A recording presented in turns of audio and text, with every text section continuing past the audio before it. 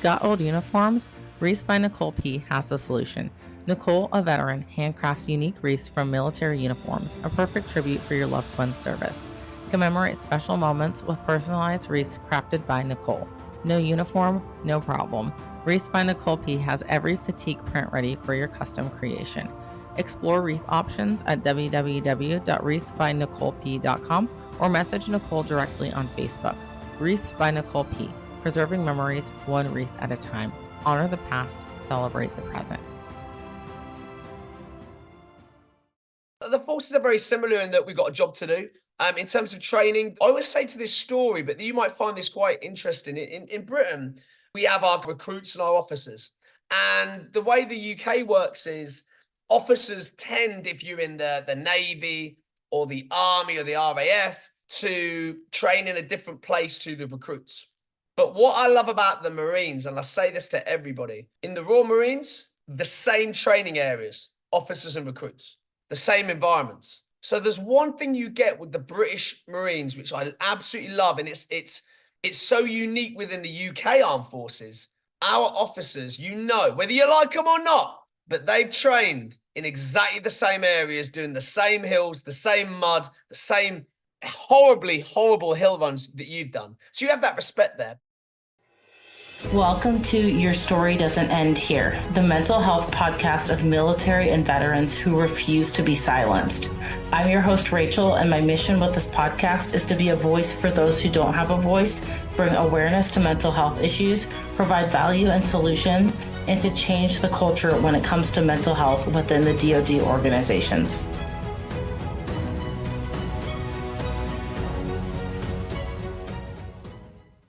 Hey everyone, thank you so much for coming back for another episode of Your Story Doesn't End Here. Today's guest is Chris Hunt, who is a former British Royal Marines Commando and now mental performance psychologist who loves challenges and who is all about the mental game, obsessed with changing thoughts, feelings, and behavior for the better. And there is so much more to his bio, but as I told him, I'm going to let him explain a lot of that to you.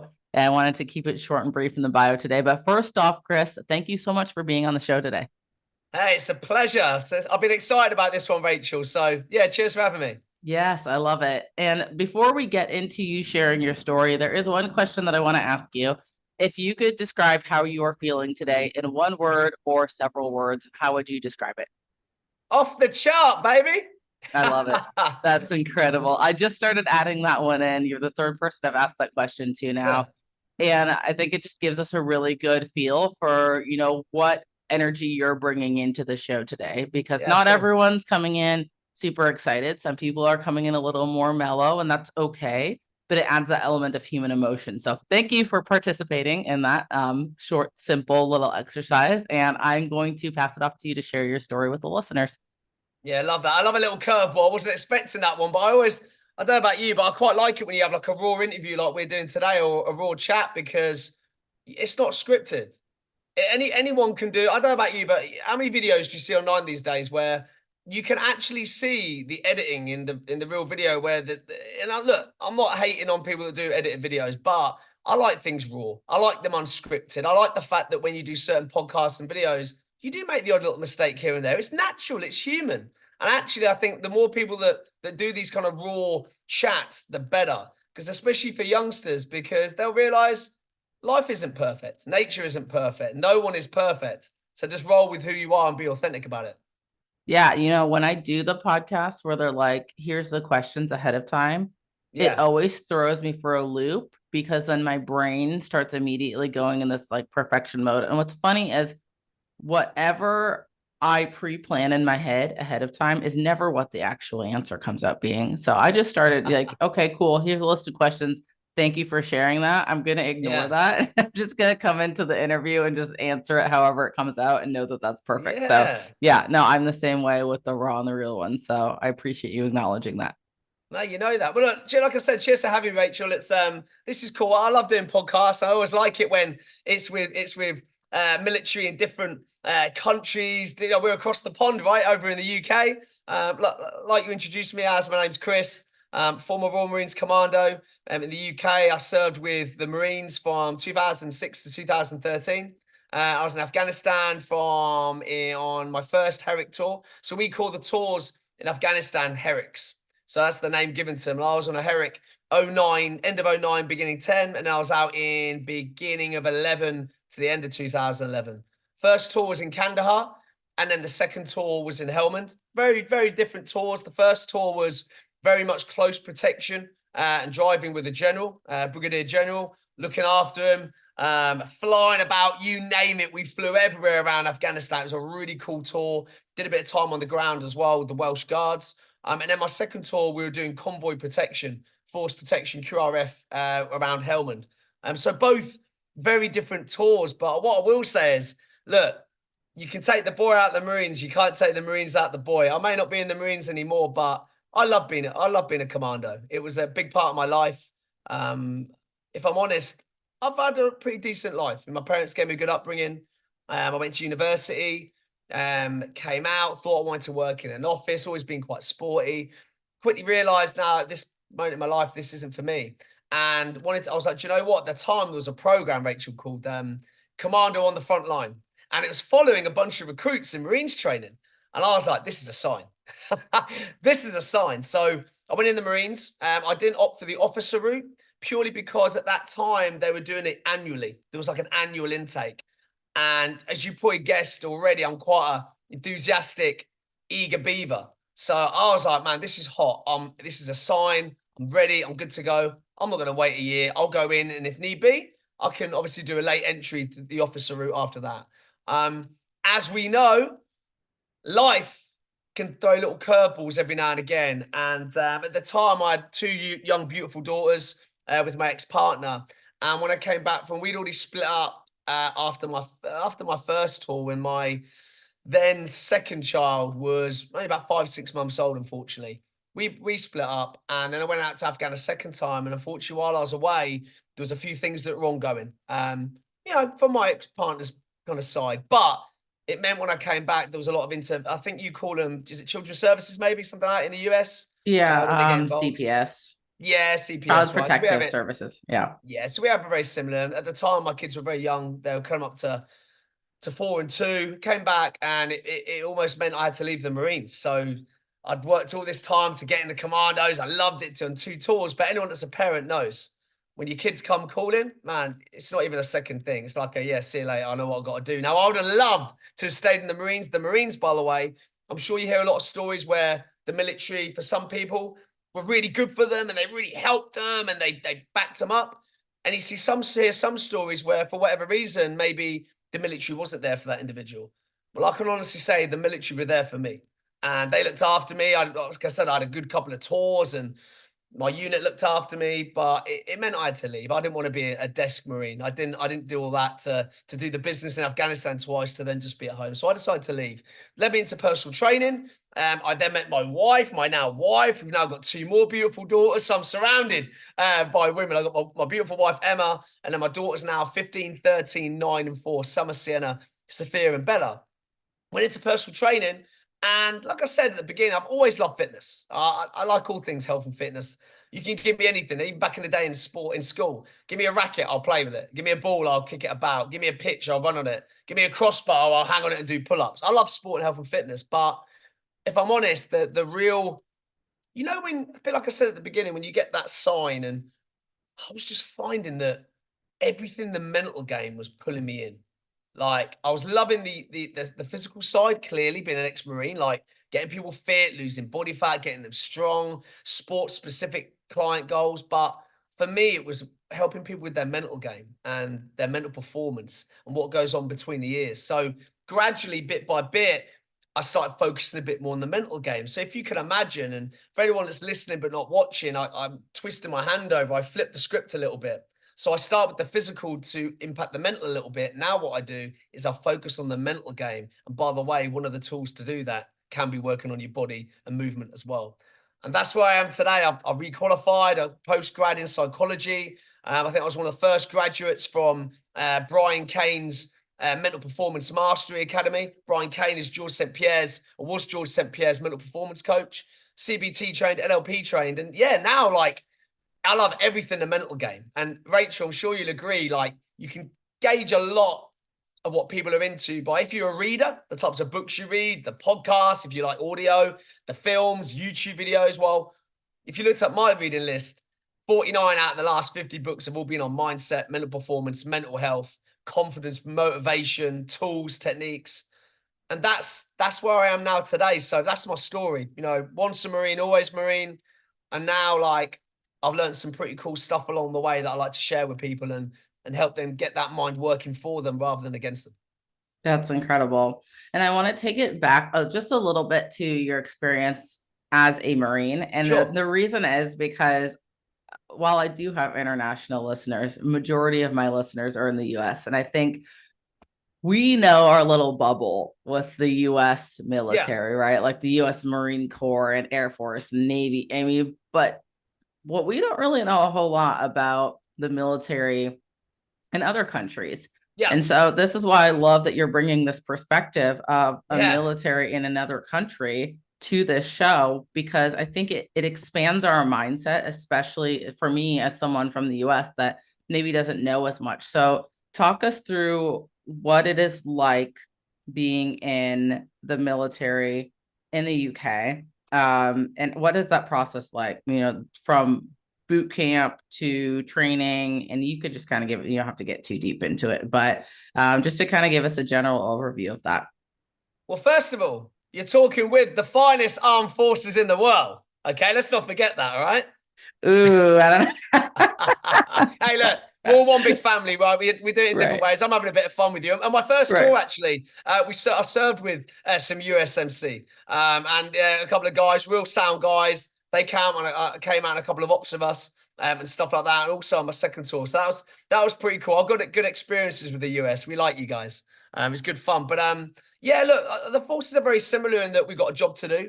In terms of training, I always say to this story, but you might find this quite interesting. In Britain, we have our kind of, you know, our recruits and our officers. And the way the UK works is officers tend, if you're in the Navy or the Army or the RAF, to train in a different place to the recruits, right? But what I love about the Marines, and I say this to everybody, in the Royal Marines, the same training areas, officers and recruits, the same tests per se. They do a little bit more navigation in their commando tests, the officers, compared with the commandos, but it's the same routes, the same environments. So there's one thing you get with the British Marines, which I absolutely love, and it's so unique within the UK Armed Forces, is that our officers, you know, whether you like them or not, whether you think he was a douchebag or not, but they've trained in exactly the same areas, doing the same hills, the same mud, the same horrible hill runs that you've done. So you have that respect there. But yeah, look, obviously joking aside, like training was tough. Like I've got no issue saying it. Like without a doubt, in terms of the 8 months of training, the hardest thing I've ever done as a block of time period in my life. Like it's hard. It's, you know, the reason why the Royal Marines are the number one brigade and the number one force in the UK and pretty respected, pretty worldwide, is because what we go through in training is hard. And you do so many things, like it tightens you up, it works your discipline. You get fit as hell mentally and physically. You do some horrible stuff as well, right? Like I look back at it and I still pull on some of those resources now, Rachel. You know, it's funny. It's really funny. Wow. So you have boot camp and then go into training, or is it all one big block of training and then it's one big block of training. So depending on where you go into. So the Army do it slightly differently to the Navy, to the RAF, and also the Marines. But the Marines, they've changed it, I think, slightly now since COVID. I think they do like about a 4 to 6 week pre-training, and then you go into the full training now. But when I was in, you did like a PRMC, Potential Royal Marines course. You then did some fitness tests, and then you had your PRMC, and then you went into your 8-month training. And it's like non-stop, 8 months, getting stripped back, worked hard, fatigued, injured, tested, always on the run, always on the go, always expect the unexpected. And yeah, it's hard. Like, I'll tell you a funny story. Have we got time for a funny story, Corday? Yeah, go ahead. I mentioned this. You'll love this. The US, I want you to really just picture what I'm about to tell you, right? So when you're in training, where the Marines camp is in Lympstone. So Lympstone is near a place called Exmouth. It's right on the south coast of the UK. So if you can imagine the shape of the UK, it's right down that kind of bottom center to left-hand side, right? And there's a massive estuary there, and it's water, right? But as everyone knows with estuaries in geography, the water goes down, right? And it leaves a sediment. What that's called in the Marines, it's called the infamous Royal Marines mud run. So when you've maybe done something not quite right as a troop, and they want to get you, they take you on a mud run. So you go out the back gate, you go out to this what's left of this estuary. It's thick, it's like a half a meter, it's mud, it's sediment, it's cold, it is wet, and they thrash you for like an hour. You're doing a circuit, you're running, you're sprinting, you're crawling, you're pushing logs with your elbows, you're doing log runs, the full shebang. And actually, you'd think, oh my God, that's bad enough. And I'll never forget, we got made to do 2, by the way, when I was in training. But on the first one, they brought us back in. It was something like 1:30 in the morning, something like that. And you like I said, you're fatigued, Rachel. You know, we've all been there and done this kind of stuff in training, but you're fatigued, you're cold, you're wet, you're tired. You got sores, you got cuts, you name it. And they got us to take our jackets off, and they were like, right, gents, get your coats off. And they got us to take our coats off, and you're thinking, what's going on here? And they got us to start windmilling the jackets. So what I'm doing now, if you're listening or watching this, I'm shaking my hand. Imagine you're trying to wait for an emergency, for example, you're swinging your arm around. Whilst you're doing this mud and this sediment is going everywhere. So not only have you got to get yourself washed, not only have you got to get your kit washed, you've then got to clean this whole block. And anyone knows anything about mud and wet mud is it gets everywhere. And I say that story because I look back on it now, and that's the exact type of thing that we needed, because war and operations is not easy. War and operations, you're going to do stuff and you don't want to do it. And it's hard. It's mentally and physically hard. And I always tell that story to people because I look back at it now and I kind of go, that's one of my, as well as the commando tests and the friends that I made in there and the hard work and the yomps and the exercises. But for me, the commando test, the final X, and that moment will always stay in my mind because of the emotional sting. You could call it trauma. I don't know. People like to use different words, but the sting, the attachment, when I think of my time at Lympstone, that comes straight out, you know. But it was, it was interesting. I hope anyone listening is kind of gauging the pain that we went through in that moment, right? Yeah. Which is really interesting for me because my experience going through, I mean, it was in the Navy in the US, but my experience was not anywhere close to that. Now, granted, the Navy isn't a ground force, so it's going to have a different type of training. And I'm not sure if the Royal Navy over there goes through intense training to that caliber as well, or if theirs is more based on like being on a boat, right? There is a certain level of mental toughness, I think, that is gained from the exercises that the ground forces go through. And I think for me, I had wished that my experience in boot camp and training did make me more mentally tough. I just felt like it was like kind of a disappointment, unfortunately. Oh, what a shame. But you know, and maybe it's because I went into the wrong service. I don't know. Maybe I should have gone. You never know, right? You never know. But you know, I think everything happens for a reason too. So I got put where I got put for a reason, and that's okay. But I am curious how the state of mental health is in the Marines over on your side of the world. Because I know how mental health is in our military in the US, but talk to us about what it looks like over there. Yeah, like I can only talk now, obviously. You know, I think I left just over 10 years, about 10 and a half years ago. I left in October 2013. When I was in, they looked after us. I think the thing about the military is, yes, you've got the overarching command and the orders that get put down and things like that. However, it's a very different units, different cap badges operate in different ways. And the unit I was in, CLR, was a really good unit. We had a good troop boss. We had some really good higher ranks in there that looked after us. Do you know what I mean? Like, we worked hard, but we played hard too. And I can only talk from my time, but they looked after us. Like I said, when I had a lot going on when I first came back and realized, wow, like at this point, the only swear word you're gonna hear me say, shit hit the fan while I was away, right? And because we were so busy doing what we were doing, you lose touch a little bit with home. I was having the phone calls back, but it's only when I came back, I realized what was going on. And to go from a war zone where you were out the gate every single day doing the business to then come back and be told, wow, stuff's been going on at home. And by the way, you now need to have your kids while this is all going on. And well, but obviously I love that. I'm a kid's full time, but mentally it was tough because it took a bit of time to adapt, and I was trying to find my feet as well. So the Marines looked after me. Now, there's a lot of good charities. The Royal Marines charity in the UK is a massive charity that looks after Marines specifically and veterans and anyone that's attached to the Marines that is going through a tough time. So yeah, like the mental health is a very, in terms of the Marines and the armed forces, I think it's probably very similar to US. It's so individual and context dependent, like it's, everyone has different things that they go through.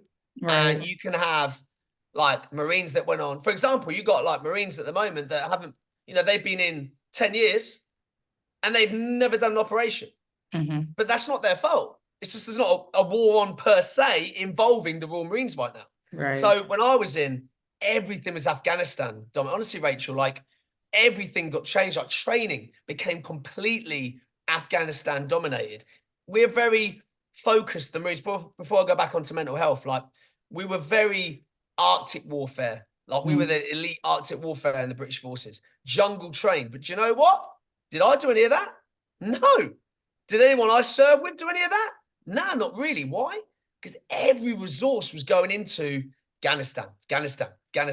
Now, the Marines, I believe, are starting to do that again, which, by the way, for the lads that might not be doing tours, hey, at least you're doing your Arctic warfare and your jungle training. That's pretty cool, right? But yeah, look, going back to what I was saying about the mental health, it's a very individual, I think, depending on how I think your tour went. But for example, when we get back from tours and operations, we get a period of time off called you get R&R in the middle, and then you get some time off afterwards. Our unit at the time, I remember you get like, it must be like 6-7 weeks off, something like that, right? And we came back, we had a period of time off, and we got ours divided into two. So they're like, look, lads, we want you back for a week in the middle. And at the time, everyone was like, what? Because obviously people wanted to go away, do stuff. Some lads going to Thailand and stuff like that to kind of decompress. But you know what? That was the best thing they could have done, Rachel, because what that gave you was an opportunity to check on each other, have some fun, see each other, chat, talk. And I think that for me was like a winning tactic. Now, I don't know where else that happens like that in the UK, because I was in the Marines and the unit that I was at. But for me, that was like, anyone listening that's in charge of doing stuff like that for their units and their organizations, coming from a Brit, that was a winning tactic, because it just gave everyone a chance and a space to see each other. I mean, we didn't do much, but when we came back, we trained, we had a few nights out, we had some funny stuff that we did some fizz, we went outside, we had some barbecues, didn't really do much, but it was create a space for everyone to check in on each other, being proper oppos, but it's, yeah, that's my view. How was your transition out of the military? Hey, like I said, it was messy. Look, actually, that's a lie. Joe, that's a lie, Rachel. It wasn't messy from the outside. It probably looked really slick. Yeah, it looked really slick. I put my chit in because of what was happening with my kids and getting full custody. And we had like a period of time which you have to serve you notice. It worked out best for me financially and with my family to keep doing that. And like I said, the Marines looked after me. They put me in a careers office for a few months, and I was helping, with the recruitment of young Marines coming through, working like a Friday morning and stuff like that. It was really cool. They looked after me. But behind the scenes, you go from doing the business in an environment like Afghanistan and coming back and realizing, wow, like I worked my butt off to get in the Marines. I love wearing the green lid. I've got my Marines tattoo on my arm with pride. I absolutely love it. Bomb, it's going. But I think the more time you spend in what you haven't got and what you're going to lose, the less time you make way for, okay, well, what could I now do? And do you know what? I now look back and I'm very grateful for a lot of things that have happened since then, Rachel, because like I said, I've met my wife, I've got 2 more beautiful kids. I've now got my business that I run this way. I've done lots of cool things in that meantime. So I look at it as everything happens for a reason. And you know what? Maybe it was just meant to be that happened because there's things that were going to happen further down the line. But it was messy at times behind the scenes. I don't mind saying that. Like I found running for me was like a real savior, because I've always been into running, right? I don't want to make out like I never ran before, because the Marines are really good runners, right? We're pretty fit, but I found solitary runs became a real big thing for me, just to decompress a little bit, to let my mind wander. Because like I said, it's when you work your butt off to get into a certain position, And like I said, I came back from Afghanistan that second time, and I was going on a junior command course. I wanted to go PTI or air crew, and I was like, man, this is what I'm going to do. Both. And it was like that moment of realization, like, that isn't going to happen. And I'm sure there's a lot of listeners that are listening to this amazing podcast and going, I've been through that too. And I know everyone's got their different ways of dealing with things, but for me, I've always been a tackler. I like seeing it. I don't like hiding from it. I like getting the information. I like facing it. I like leaning into it. And I kind of encourage that with the way I work with people now, because when you close your eyes and you turn away, that thing grows. And it grows in volume, it grows in size, it grows in depth. So for me, like facing it, going out and run. So like face it and then go and do my thing. Come back, face it again. And a bit like, exposure therapy per se, I treated it a little bit like that with how I kind of got through the process. And I developed a mindset and just pushed through. But the fact is, at the end of the day, my post-tour mental state and my post-tour mental health, and even the trauma of leaving something that I saw myself being in for a lot longer, was completely quietened down by the love of my children. Mm-hmm. It was not so for me, it sounds quite strange. That situation may have helped certain things because all my focus went on that. It was like, right, what am I going to do now job-wise? If I'm coming out, I've got to support my children. Obviously, I've now got a wife, my beautiful wife, and my other two kids as well. But it was like, right, what can I do? Not what haven't I got? What do I need to do? Not what can't I do now? So it was like a guiding light for me to kind of go a certain way. And that's the power of that why. And that's the power. Anyone that's a parent that's listening is going to go, yeah, Chris, I know exactly what you're talking about. So funny old thing, since that moment, Rachel, whenever I have something big coming up now, I think about my why. And whether it's challenges, personal, professional, fitness challenges, I use my kids and my wife because I know I'd do anything for them. And that drives me through.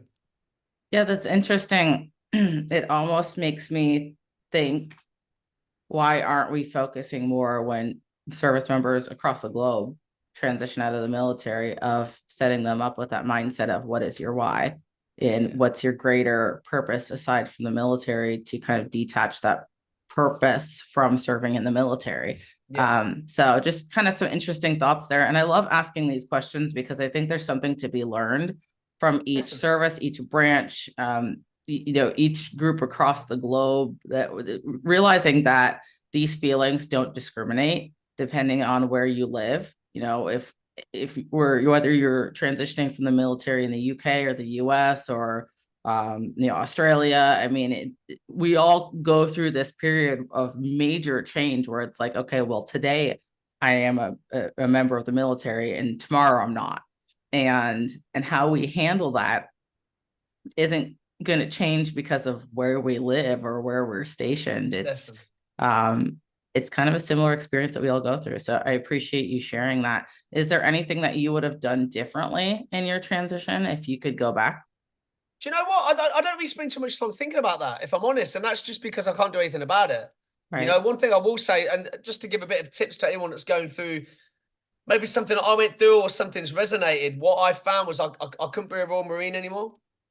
But I can still do things that Royal Marines are known for, challenges, pushing myself through pain, doing things that test me mentally and physically. So something that I've done since then is I do regular annual challenges. Like every year I'll do something personally and professionally that just pushes me out the comfort zone, like gets my threshold up a little bit, that just makes me go, like when you look at challenges, Rachel, and you kind of go, if it's too easy and it doesn't get you a little bit nervous, that doesn't really excite me too much. But if it's something that makes me go, oof, that's what I like. I like to do things like that.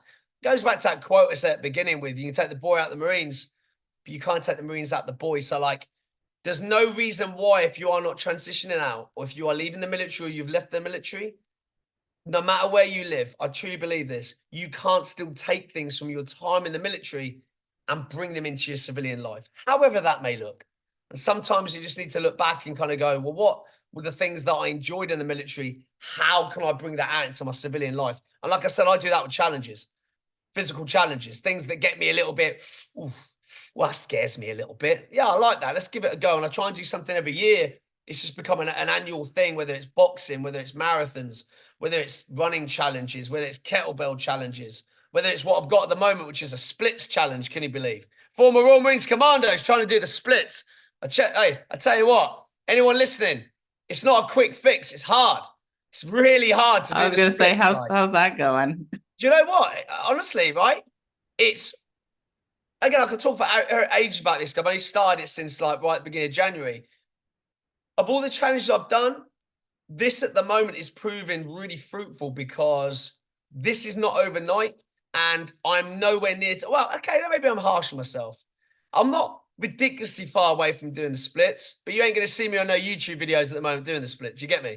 Like, so it's not, but I'm really enjoying it. And actually, funny thing you asked that, like, if anyone's listening and they do like ice baths, cold showers, things like that, first of all, great for the mind, great for inflammation, great for your body and mind.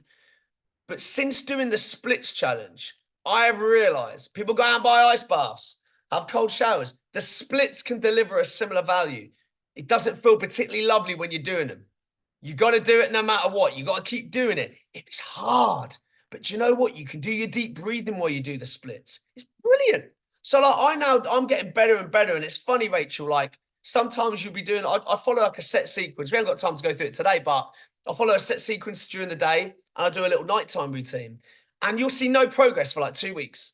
And then all of a sudden, you dip into a movement one night, and you're like, wow, where did that come from? So I see this as a year challenge, like, and everyone knows the importance of, good mobility in the hips, your back, your hamstrings. Funny old thing, you sit down a lot, people that are listening, you're going to have tight hamstrings. So stretching your hamstrings is going to be a good thing. But yeah, I like challenges. And I encourage anyone that if you need a bit of drive right now, you need a bit of distraction, or you want to get your head into the right game, pick something that makes you feel a bit uncomfortable and just spend a bit of time each day working towards that and delve into that uncomfortability and lean into it, dance with it a little bit. You won't go far wrong.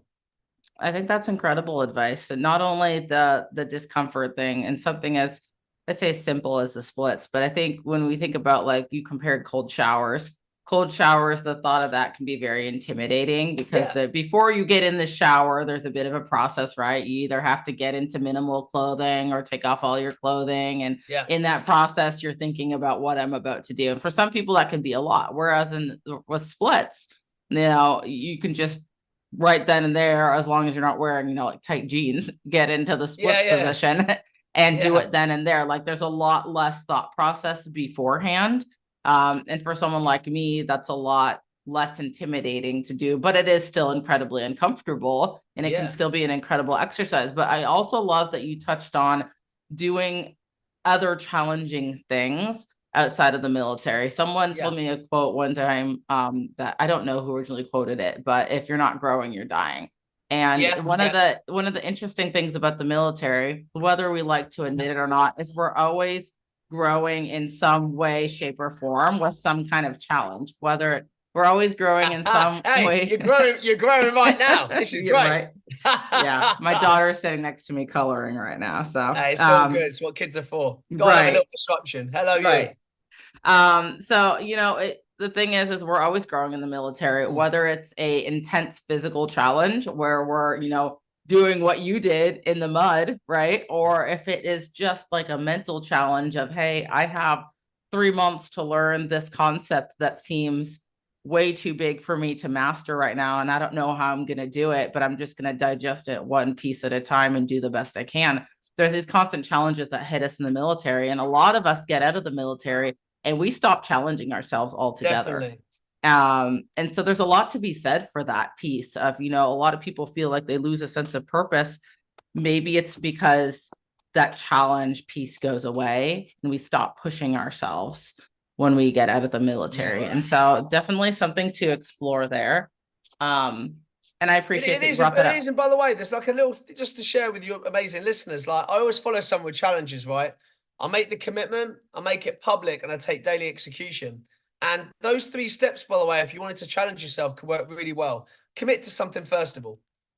Commit mentally. Commit internally. Say you're going to do it. Commit to it. Make it public. That doesn't mean shut your mouth off on social media if you don't want it. Maybe telling someone that you care about. Someone that their opinion of you that you really value. And then take daily execution. I love goals that a bit like, Rachel, I'm going to ask you a question quickly, right? Do you brush your teeth every day? I do. Yeah? Do you drink water every day? Yes. Well, do you sleep every day? Yes. Do you get washed every day? Yes. I hope so. Thank you. The reason why you do that stuff is because it's mission critical, right? Right. I say I'll go one step further. When you're looking after your mental game and you're challenging yourself, that needs the same approach.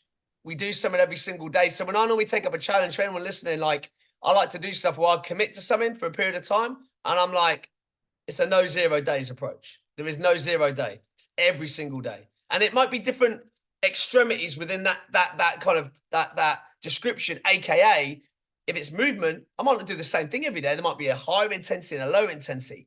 Do it every single day because it's mission critical.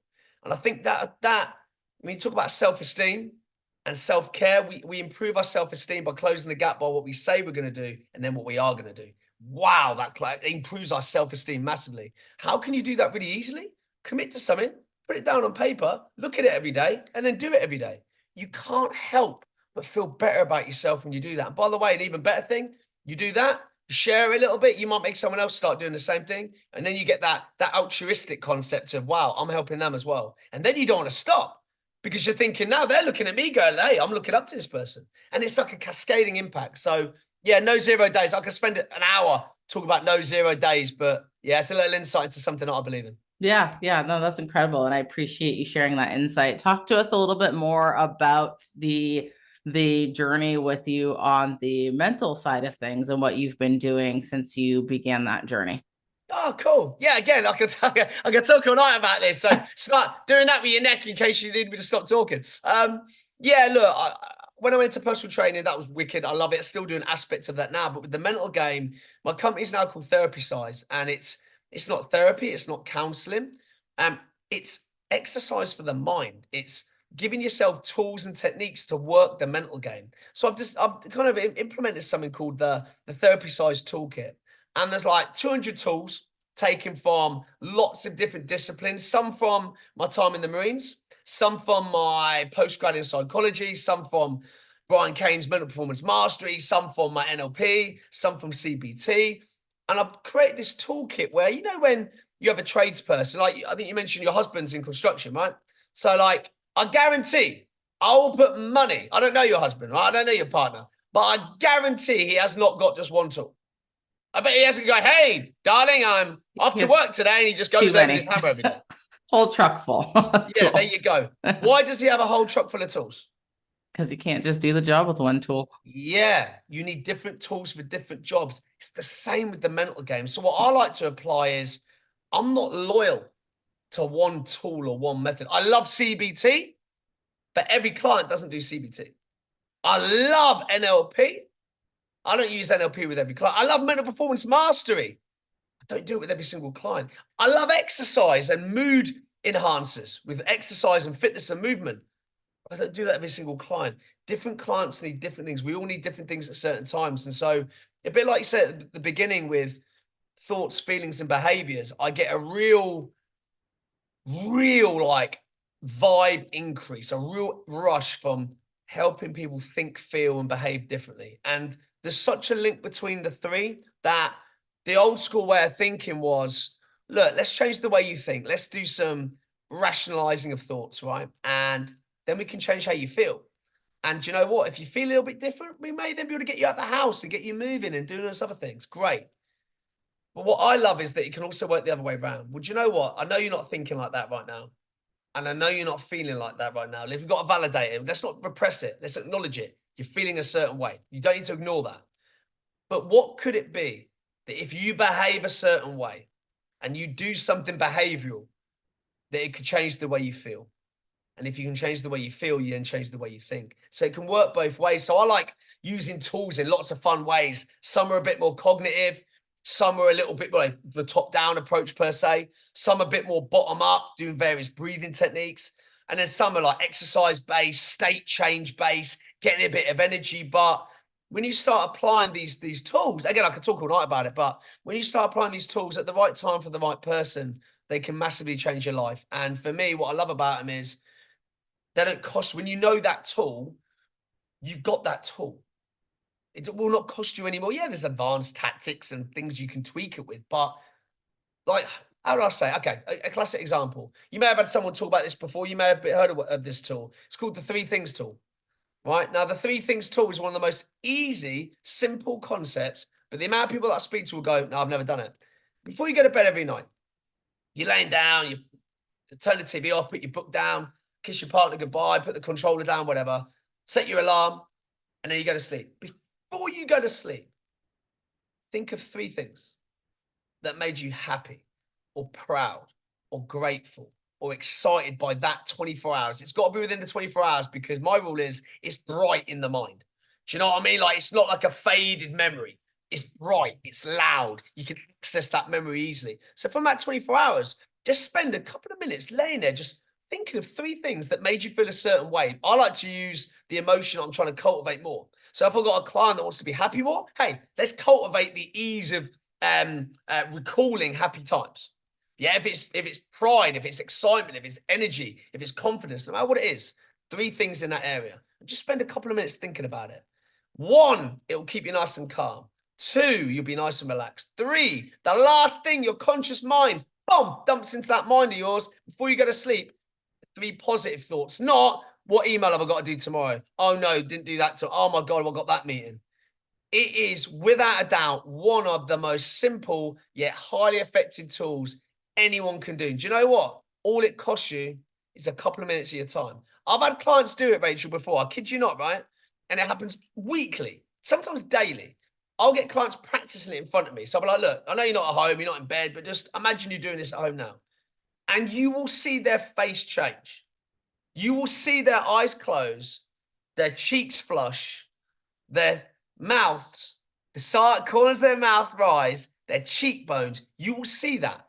They are just invoking a memory and experience. Just imagine you did that every night. And it's not just about feeling good in the moment. What I found through a lot of studying and daily execution of this with clients, seeing it day in, day out, is it makes positive emotions easier to access. And it's not like you're repressing the negatives. It's just you're cranking up the volume over here. And bit by bit, it's not even like you're repressing them. They're there, but they're not bothering you as much. It's a really powerful tool. Give it a go if you've never done it before. Yeah, that's incredible. I think what I appreciate the most about the method that you take is it sounds like it's very customizable to each client. Definitely. It's not like you're just like, I am a talk therapy specialist and we do talk therapy and we're not going to do anything other than talk therapy. And I'm not saying that every therapist is like this. Of course. I think from the outside looking in, as someone looking for a therapist, most people, they look at a therapist's bio or what they do, and that therapist is typically like, I do talk therapy, or I do NLP, or I do CBT. Like they do the one thing, right? Yeah. And I would hope that most therapists are using multiple tools depending on the needs of the client. But I have also seen the side of things where a therapist really only accesses one set of tools. And I think that's where there can be a lot of discomfort surrounding therapy for people that are going to a therapist, because that therapist only uses one set of tools that might not be the right fit for that person. And so I'm so glad and appreciative that you said every person's different, and acknowledging that and knowing that the set of tools you bring to the table for one person might look drastically different than what you bring to the table for the next person. And I wish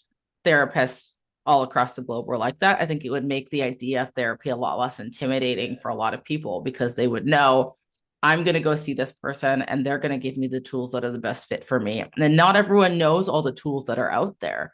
And I don't think it's the client's job to know all the tools that are out there, because exactly. if they knew all the tools, they wouldn't be seeking therapy, right? Or maybe they're just looking for a certain tool. I don't know. Every person's different. But it's the delivery as well, Rachel, right? And right. Like me and you, like, look, we've met, we're talking, we're vibing. This is great. We're getting on really well. I encourage clients to, like, you don't just have to speak to me. Like, if you're picking someone to work with, speak to a couple of people, because the tool is important and the method is important. But if you're spending time with someone, you go, I don't like them, I don't really feel a vibe, it's not going to be as effective. So speak to a couple of people, do a bit of research. And I encourage that. And that seems to go down well with new clients that come to see me, because they realize I don't mind saying go and speak to other people. I'm not saying, hey, look, sign right now. I want payment right now. You're locked in, you're mine. Boom, done. It doesn't work like that. Go and speak to a couple. You know who I am. You're obviously on a journey at the moment. If you feel and I feel that you're the right one, it's going to work. Hey, let's talk and then we'll go from there. Right. And then I also assume that you're not saying it from a place of, passive aggressive of, yeah, go talk to Nah, definitely someone. not. Right. Nah, Right. you Yeah. know that. That's No, no, important too. Yeah. yeah, Yeah. it is, and that's the thing. It's something I've learned a lot. I look. I'm a Royal Marines Commando. We're like the alphas in the military. I don't like that term, but it's something we get called. And I used to think I was the bee's knees for everyone when it came to the mental game and coaching. But what I've realized is, do you know what? Without sounding arrogant here, and for anyone listening, I promise you I'm not.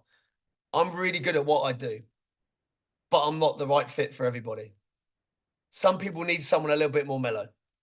Some people need someone a little bit quieter and maybe a little bit more timid. That isn't me. So again, you learn through this amazing thing called life and the roller coaster of life. You learn a lot about yourself, and I think that's what I love about social media, Rachel. Actually, and I'm sure you get it with your podcast. Like the content you put out will naturally attract certain people towards you. So anyone listening that's running a business or has got a mission at the moment, put out content, because one is genuine. Two, you can't hide. What you see is what you get. And three, you'll naturally pull people towards you that like a bit of what you do. And do you know what? If people don't like it, that's okay. There'll be plenty of people for them as well. We're a big world. There's lots of different people, lots of ways you can help each other.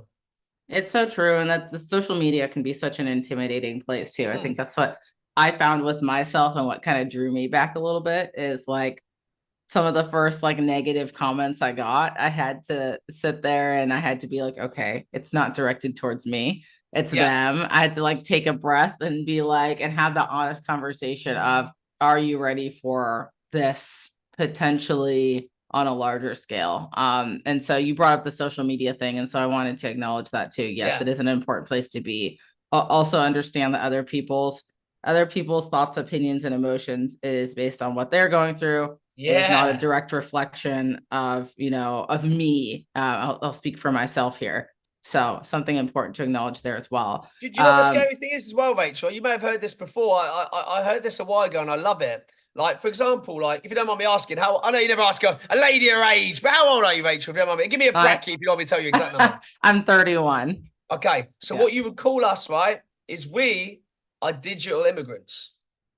The digital world, when we were young, right, wasn't really there. But these kids now, they're digital natives. So when we talk about, oh, you don't know, like they don't have a clue because they're like, well, hang on, dad or whatever. Like, I wouldn't have a clue. We never had this, right? So like, it's a real funny. Social media is an intriguing concept, and it can be really dark. But also, I think there's so much opportunity out there. It just needs certain organizations and people to really manage it well, because life is cool. The world is a wicked place, and there's so much more than just social media. And if you're just doing things for likes, comments, it's about impact. It's about collaboration, connection. That's the beauty of social media. Look at us now. I know this is a podcast, it's not necessarily social media, but this will be getting shared on social media. It's going to send a message. If it can impact one person in a positive way, job done. This is great. And again, I think people use social media. If we can use it right, it's got potential to be a really good thing. It's just one of those things that it can go both ways at times, right? Oh yeah, absolutely. And that's a whole different hour-long conversation that we could have too. Yeah. We'll save that for another time, right? Right, right. Well, Chris, I'm so appreciative that you came on the show to share just a little bit of your life and a snippet of the impact that you've made on the world with your journey so far. Where can people find you and how can they best support you? Oh, cool. So if you go on my website, www.therapysize.co.uk, or on Facebook, Therapy Size Mental Performance Experts, or find me on LinkedIn. I'm always jumping on podcasts and putting content out there. I put quite a bit of stuff on social media. Like if you want to connect in some way, just add me on one of those kind of methods. Drop me a message, drop me an email, chris@ukfundamental.com, and go from there. But yeah, like anything mental game related that you would like some assistance with, or you just want to chat, yeah, I'm always up for a conversation, just like tonight. Awesome. Well, as always, that information will all be in the show notes for anyone that wants to check out Chris's information. And then I always encourage my listeners, just go on social media, share with your audience, your network, let people around you know what Chris is doing, because you never know who might need that information, even if you don't need that information personally. So please do that. It's free. It takes a few minutes and it makes an impact on people that you might not even know it makes an impact on. So do that. And the last question I'm going to ask you today, Chris, is if you have any last words or pieces of advice that you want to share with the listeners. Oh, impact time, lasting moment time. What would I love your awesome community to go away with? First of all, I've got three. Can I share three little snippets real quickly? Number one, it's the start that stops most people. Don't let the start stop you. Right? It's so easy to talk ourselves out of something. If you're going to do it, just start small. Make it easy to start. You want to run a marathon? Go out and run 100 meters tomorrow. Walk 100 meters. Make the start possible. Just start in some way. You don't need to be perfect. So number one, it's the start that stops most people. Number two, the fears you don't face will become your walls. You may think that turning away makes them go away and you can't see them. They grow. They'll hold you in. They'll invisibly keep you in a pit and in a cell. It's just the cell you can't see. So the fears you don't face will become your walls. And my third one of my favorite ones, you can use any word at the start of this sentence. I like the phrase, mastery takes massive practice. Courage takes massive practice. Being strong takes massive practice. Anything you want, you can use that first word for. But the key is it all takes practice. And the fun thing about practice is it's far from perfect. You'll have some good practices, some not so good practices. But the main thing with practice is you do it, you commit to it, and no matter how you feel, you make your mission greater than your feelings. That's what it's about. Thank you for taking the time to listen in today. With your support, we are able to increase awareness of the mental health issues affecting service members and veterans today with the goal of creating positive change. If you got value from this episode, please take 30 seconds to subscribe and share this episode within your own network. Until next time, remember, your story matters, your mental health matters, and your story doesn't end here.